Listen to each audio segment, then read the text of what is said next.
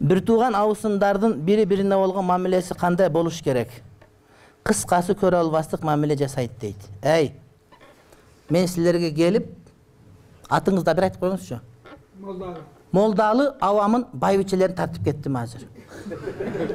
Ökö ejesиңди dey. Gündöştör. Bирок ынтымак. Сүрөткө түшүп атса кичинеси чоңунун жолугун оңдоп атат.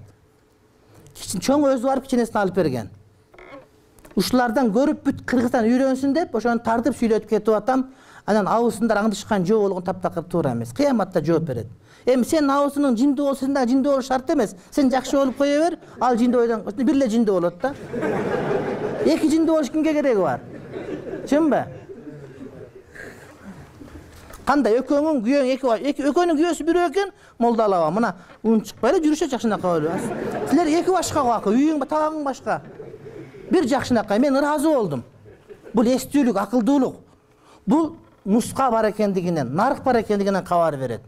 Эссер убагында 80 жыл үйлөнгөн экен. Өзү Кудайга түш барап келип берди мынакей. Бешенеси бар экен.